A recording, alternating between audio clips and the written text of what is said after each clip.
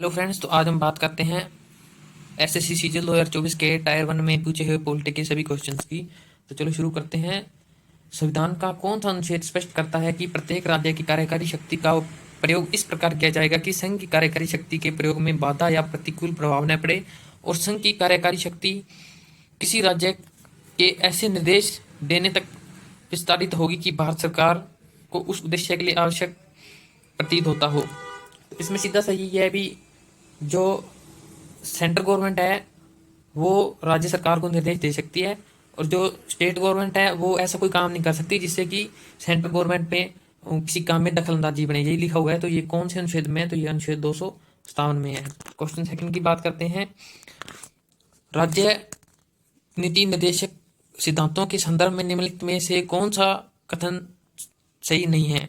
तो चार ऑप्शन दिए होंगे, उनमें से ऑप्शन होगा ये न्यायोचित प्रकृति की नहीं है। मान लो कि अगर सरकार है, कोई भी गवर्नमेंट है, स्टेट गवर्नमेंट या सेंट्रल गवर्नमेंट, अगर वो हमारे डीपीएसपी को सही तरह लागू नहीं कर रही तो हम उसके लिए कोर्ट में नहीं जा सकते। तीसरा है भारतीय संविधान का अनुच्छेद 77 किससे संबंधित है? यह भारत के कारोबार संचालन से संबंधित है, और आर्टिकल 77 में है भी जो कार्य है वो करेगा तो प्रधानमंत्री और उसकी काउंसिल, लेकिन कार्य होंगे किसके नाम से? वो राष्ट्रपति के नाम से होंगे। क्वेश्चन 4 है भारतीय संविधान का कौन सा अनुच्छेद राज्य द्वारा संचालित शिक्षण संस्थानों में कोई भी धार्मिक शिक्षा प्रदान करने पर रोक लगाता है? तो यह आर्टिकल 28 में है।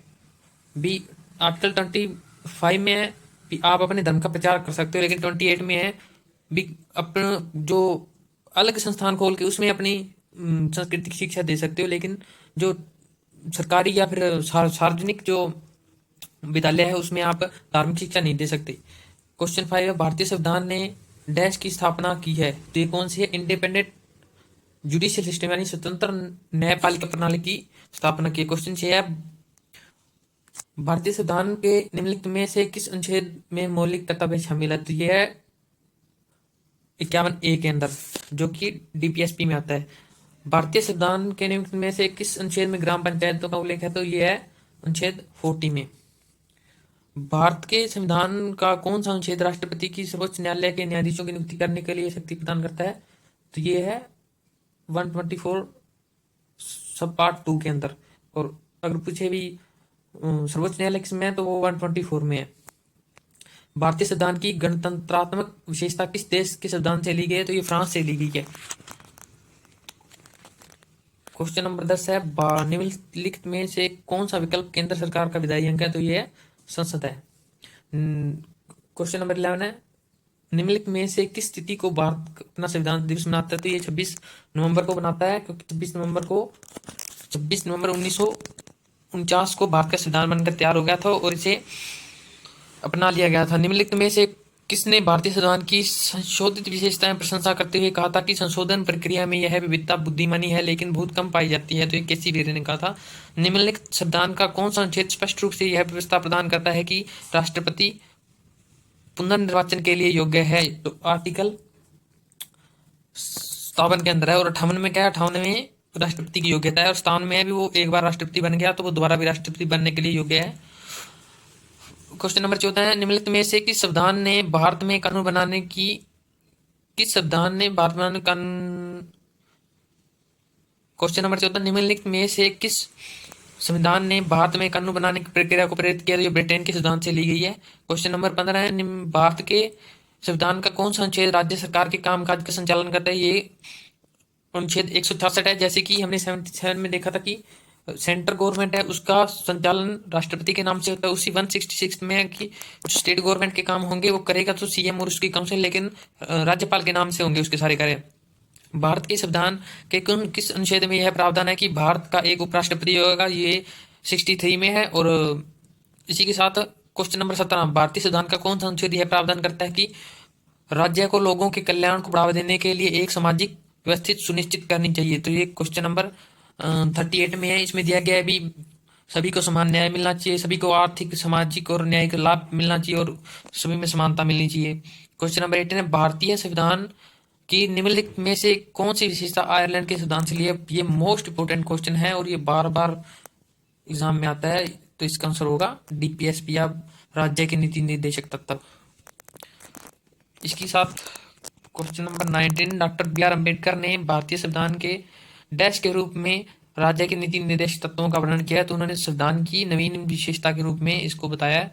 क्वेश्चन नंबर 20 है, निम्नलिखित में से कौन से कर्तव्य या कौन सा कर्तव्य भारतीय संविधान द्वारा मौलिक कर्तव्यों के रूप में निर्धारित नहीं किया गया है, तो इसका ऑप्शन आएगा, देखो इसमें 51 के अंदर देश की रक्षा करना भी है और सार्वजनिक संपत्ति की रक्षा करना है। चुनाव डालना कोई मौलिक कर्तव्य नहीं है और ना ही टैक्स पे करना कोई मौलिक कर्तव्य है, इसलिए आंसर इसका 2 और 3 हो जाएगा।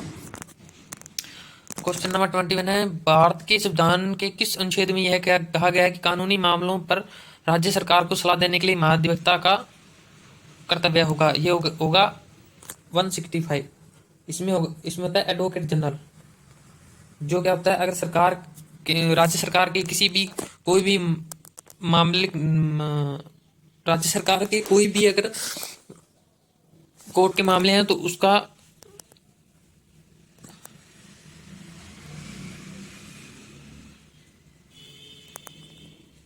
एडवोकेट जनरल होता है, वो राज्य सरकार का सबसे बड़ा कानूनी अधिकारी होता है। क्वेश्चन नंबर 22, भारतीय संविधान निम्नलिखित में से किस अनुच्छेद में यह कहा गया कि राज्य और केंद्र शासित प्रदेशों के प्रतिनिधित्व द्वारा भरे जाने वाले राज्य परिषद में सीटों का आवंटन चौथी अनुसूची में निहित प्रावधान के अनुसार होगा? अनुसूची की बात करें तो राज्य सीटों का आवंटन है वो चौथी अनुसूची में है, और आर्टिकल की बात करें तो राज्यसभा का गठन अनुच्छेद 80 के अंदर 81 में लोकसभा और 79 में संसद है। क्वेश्चन नंबर 23, भारतीय संविधान के भाग 4A को भारतीय संविधान में किस कॉन्स्टिट्यूशनल अमेंडमेंट के तहत या संवैधानिक संशोधन के माध्यम से जोड़ा गया था? ये 42वें संविधान संशोधन 1976 के तहत जोड़ा गया था। निम्नलिखित में से कौन सी भारतीय संविधान की विशेषता नहीं है? यह दोहरी नागरिकता।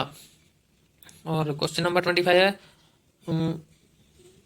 1989 में किस समिति ने स्थानीय सरकारी निकायों के लिए संवैधानिक मान्यता की सिफारिश की थी? वो पी.के. थुंगन समिति थी। क्वेश्चन नंबर 26 है, भारतीय संविधान के भाग 9 अनुच्छेद 245 से 255 किसके संबंधित है? यह राज्य और केंद्र के बीच विधायी संबंधों के बीच में। निम्नलिखित में से कौन सा भारतीय संविधान का सबसे विवादास्पद अनुच्छेद है जो किसी भी राज्य में राष्ट्रपति शासन का प्रावधान करता है? तो यह 356, 352 में है नेशनल इमरजेंसी, 356 में है राष्ट्रपति शासन राज्य में, और 360 में है वित्तीय इमरजेंसी। भारतीय संविधान के अनुच्छेद में उल्लेख है कि राज्य ग्रामीण क्षेत्रों में व्यक्तिगत या सहकारी आधार पर कुटीर उद्योगों को बढ़ावा देने का प्रयास करेगा। तो यह अनुच्छेद 43, जिसको कि कौन से डीपीएसपी के तहत जोड़ा गया था? इसको जोड़ा गया था, नहीं, आर्टिकल 42 को जोड़ा गया था डीपीएसपी के तहत। युद्ध या बाहरी आक्रमण के आधार पर घोषित आपातकाल के दौरान भी भारतीय संविधान के निम्नलिखित में से कौन से अनुच्छेद को निलंबित नहीं किया जा सकता? तो वो है अनुच्छेद 20 और 21, क्योंकि ये क्या है, आपके दैहिक जीवन की स्वतंत्रता है, इनको इमरजेंसी में भी निलंबित नहीं किया जा सकता, लेकिन बाकी सभी जो आपकी मौलिक अधिकार है उनको इमरजेंसी में निलंबित कर दिया जाता है। क्वेश्चन नंबर 30 है, भारतीय संविधान के भाग 5 के अनुच्छेद 52 से 78 किससे संबंधित है? तो ये संघ की कार्यपालिका से संबंधित है, जिसमें क्या है, 52 राष्ट्रपति होगा, राष्ट्रपति हो जाएगा और उपराष्ट्रपति हो जाएगा और उनके कार्य हो जाएंगे 78 तक, और 79 में संसद स्टार्ट हो जाएगी। क्वेश्चन नंबर 31 है, संविधान का कौन सा भाग पंचायतों से संबंधित है? तो ये भाग 9 आ जाएगा, और 9A में क्या आ जाएगा, भाग 9 में पंचायत, भाग 9A में आ जाएगा ये नगर पालिका, और 9B में आ जाएगा आपकी सहकारी समितियां। आर्टिकल 32 भारतीय संविधान, क्वेश्चन नंबर 32, भारतीय संविधान के अनुच्छेद 1 निम्नलिखित में से किसका उल्लेख है? तो जो भारतीय संविधान है उसका पहला आर्टिकल और पहला वर्ड क्या है? India that is Bharat shall be a union of states. Question number 33, भारतीय संविधान के भाग 6 के अनुच्छेद 214 से 231 किससे संबंधित है? तो उच्च न्यायालय से संबंधित है। राज्य के डैश नीति निर्देशक तत्वों को 1976 के 42वें संविधान संशोधन के आधार पर भारतीय संविधान में जोड़ा गया था। तो 4 जो डीपीएसपी थे उनको जोड़ा गया था, ये आप देख सकते हैं, इनको जोड़ा गया था। मौलिक अधिकारों से संबंधित निम्नलिखित में से कौन सा कथन गलत है? मौलिक अधिकार ब्रिटेन के संविधान से लिए गए हैं। नहीं, मौलिक अधिकार कहां से लिए गए? मौलिक अधिकार अमेरिका यूएसए से लिए गए हैं। क्वेश्चन नंबर 37, भारतीय संविधान निम्नलिखित में से किस अनुच्छेद संसद और उसकी कार्यवाही से संबंधित है, तो 79 से 122 तक संसद का जिक्र है। क्वेश्चन नंबर 37, भारतीय संविधान का कौन सा भाग चुनाव आयोग से संबंधित है? तो ये भाग 15वां। भारतीय संविधान का कौन सा अनुच्छेद पर्यावरण की रक्षा और सुधार एवं वन्य और वन्य जीवों की सुरक्षा प्रदान करता है? तो 48 ए, जिसको कि डीपीएसपी और 42वें संविधान संशोधन के तहत जोड़ा गया था। यदि कोई 12 वर्षीय बच्चा कालीन बनाने वाली एक फैक्ट्री में काम करता पाया जाता है तो भारत के संविधान के निम्नलिखित में से किस अनुच्छेद का उल्लंघन है? ये तो 24 है, क्योंकि 6 से 14 वर्ष के बच्चों को स्कूल टाइम के समय कार्य करवाना एक कानूनी अपराध है। क्वेश्चन नंबर 40, निम्नलिखित में से किस संवैधानिक संशोधन अधिनियम के कारण वस्तु एवं कर पर परिषद goods and service tax council का गठन किया गया था? तो 101वां संविधान संशोधन था। उसके तहत जीएसटी का जो काउंसिल है उसका गठन किया गया था और 1 जुलाई 2017 को जीएसटी लागू हुआ था। सबसे पहले जीएसटी फ्रांस में लागू हुआ और भारत में सबसे पहले असम में लागू हुआ और सबसे आखिर में जम्मू कश्मीर में लागू हुआ। क्वेश्चन नंबर 41, भारतीय संविधान के निम्नलिखित में से किस अनुच्छेद में उल्लेख किया गया है कि राज्य विशेष रूप से अपनी नीति को यह सुनिश्चित करने के लिए निर्देश करेगा कि समुदाय के भौतिक संसाधनों का स्वामित्व व नियंत्रण इस प्रकार वितरित किया गया कि यह असामान्य भलाई के लिए सबसे अच्छा हो? तो यह है आर्टिकल 39 के बी में। भारतीय संविधान के भाग 4 अनुच्छेद 36 से 51 तक किस चीज का वर्णन है? डीपीएससी राज्य के नीति निर्देशक सिद्धांतों का वर्णन है। भारतीय संविधान का कौन सा भाग राष्ट्रपति के निर्वाचन से संबंधित है? तो भाग 5। निम्नलिखित में से भारतीय संविधान का कौन सा अनुच्छेद और भाग राज्य विधानमंडल से संबंधित है? भाग 6 अनुच्छेद 168 से 212 तक। भारतीय संविधान में न्यायपालिका की स्वतंत्रता की अवधारणा डैश के संविधान से ली गई है? तो यूएसए के संविधान से ली गई है। भारतीय संविधान के किस अनुच्छेद में अनुसूचित जातियों, अनुसूचित जनजातियों और अन्य कमजोर वर्गों के शैक्षण एवं आर्थिक हितों को बढ़ावा देने के बारे में उल्लेख है? तो 46। अगर कोई भी अगर सरकार है वो अनुसूचित जाति और अनुसूचित जाति है और कमजोर वर्ग है उनको समानता दिलाने के लिए उनके लिए नई नई स्कीमें चलाएंगी। ये आर्टिकल 46 में दिया गया है। यूपीएससी के बारे में पूछा। यूपीएससी एक संवैधानिक निकाय है जो कि अनुच्छेद कौन से में है? तो 320 के तहत है, यानी 320 में यूपीएससी है। संघ की सेवाओं और राज्य की सेवाओं हेतु नियुक्तियों के लिए परीक्षा आयोजित करता है। निम्नलिखित में से कौन सा अनुच्छेद रिट आधारित से संबंधित है? अनुच्छेद 32 के समान प्रावधान करता है। तो 226 है, वो है अनुच्छेद 32 के तहत राष्ट्रपति रिट जारी कर सकता है। अनुच्छेद 32 के तहत सुप्रीम कोर्ट रिट जारी कर सकता है और 226 के तहत हाई कोर्ट रिट जारी कर सकता है। जब एक निर्माण श्रमिक अपने 8 वर्षीय बेटे को स्कूल भेजने के बजाय उसे निर्माण स्थल पर ले जाता है तो मौलिक कर्तव्यों कौन सा अनुच्छेद का लागू होता है उसमें? तो ये 51(1) के तहत। मान लो 51(1) के सब पार्ट में लिखा हुआ है भी 6 से 14 वर्ष के बच्चों को फ्री शिक्षा का अधिकार है और उन्हें काम पर नहीं ले जा सकता। उनके शिक्षा देने के टाइम पे और स्कूल टाइम पे तो उनको बिल्कुल भी काम पर नहीं भेजा जा सकता। क्वेश्चन नंबर 5, निम्नलिखित में से कौन सा अनुच्छेद राज्यसभा के गठन से संबंधित है? तो 79 में संसद, 80 में राज्यसभा, 81 में लोकसभा। अनुच्छेद 123 के अनुसार अध्यादेश बनाने की शक्ति किसको है? तो यह राष्ट्रपति को है। और राज्य के नीति निर्देशक तत्वों के निम्नलिखित में से किस अनुच्छेद में ग्राम पंचायतों का गठन है? ये 40 आर्टिकल में है। कौन सा अनुच्छेद बताता है कि प्रधानमंत्री को राष्ट्रपति द्वारा नियुक्त किया जाता है? तो ये 75।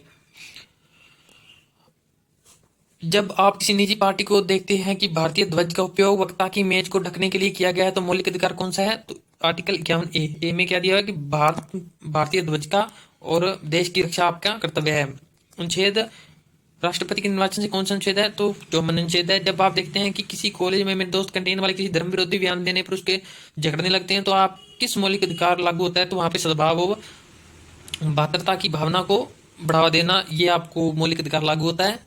किस अनुच्छेद में भारत के नियंत्रक एवं महालेखा परीक्षक की उल्लेख दिया हुआ है यानी कैग का? तो वो 148 148 में।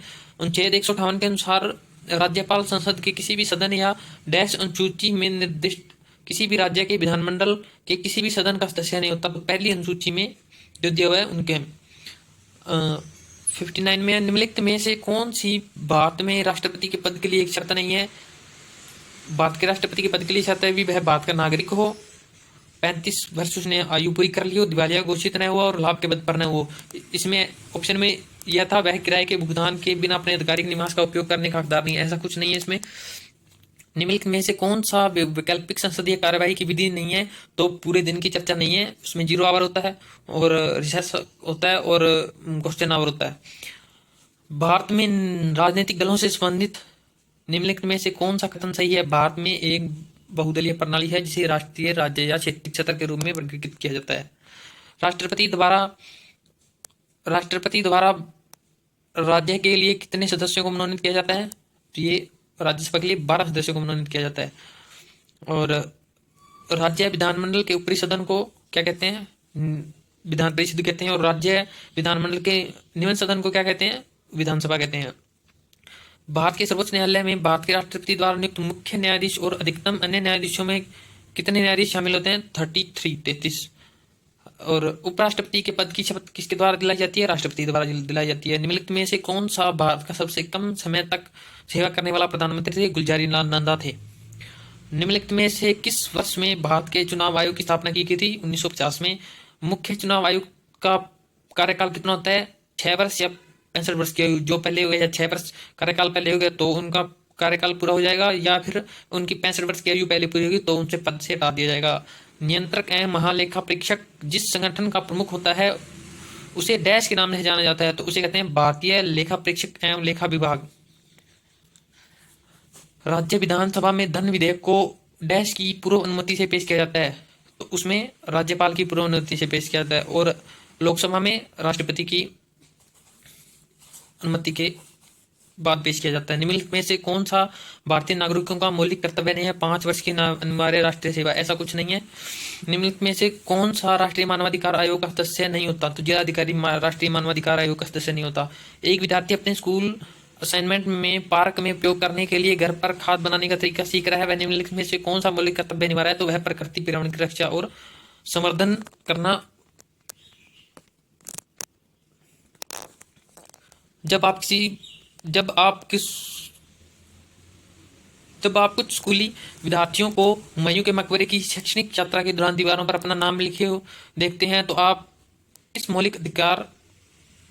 पर कौन सा मौलिक कर्तव्य लागू होता है? सार्वजनिक संपत्ति की सुरक्षा और रक्षा करना। निम्नलिखित में से कौन सा एक मौलिक कर्तव्य नहीं है? दुर्लभ और लुप्तप्राय प्रजातियों के व्यापार को निषेध बनाना। किस समिति ने कुछ मौलिक कर्तव्यों के कार्यान्वयन के लिए कानूनी प्रावधान के अस्तित्व की पहचान की? न्यायमूर्ति वर्मा समिति ने। मुस्लिम महिला विवाह अधिकार संरक्षण अधिनियम 2019 निम्नलिखित में से कौन सी धारा निर्वाह भत्ते से संबंधित है? धारा 5। निम्नलिखित में से कौन सा कथन राज्य के नीति निर्देशक सिद्धांतों के बारे में सही नहीं? ये लोगों के कल्याण को बढ़ावा देते हैं, इसलिए ये निजी और व्यापारिक है। जब आप निचली अदालत में अपने अधिकार क्षेत्र से बाहर जाकर किसी मामले पर विचार किया जाए तो उस न्यायालय या सर्वोच्च न्यायालय द्वारा कौन सी रिट जारी की जाती है? तो निषेधाज्ञा या प्रोहिबिशन है, वो रिट जारी की जाती है। किसी राज्य के मुख्यमंत्री सहित मंत्रियों की संख्या 12 से कम नहीं होनी चाहिए। और प्रत्येक राज्य का डैश गणतंत्र दिवस पर अपनी राजधानी में झंडा फहराता है। जो राज्यपाल होता है वो गणतंत्र दिवस पर अपनी राजधानी में झंडा फहराता है। जनहित याचिका की अवधारणा की उत्पत्ति किसमें हुई? तो यूएसए में हुई। भारत में राज्य के सर्वोच्च विधि अधिकारी ऐसे माना जाता है, तो वो होता है महाधिवक्ता, जिसे अटॉर्नी जनरल कहते हैं। तो इसी के साथ पॉलिटी के 2024 के सीजीएल टायर 1 में क्वेश्चन कंप्लीट होते हैं। अगर आपको इसकी पीडीएफ चाहिए तो डिस्क्रिप्शन में लिंक है, उससे आप पीडीएफ डाउनलोड कर सकते हैं। और वीडियो पूरी देखने के लिए थैंक्स।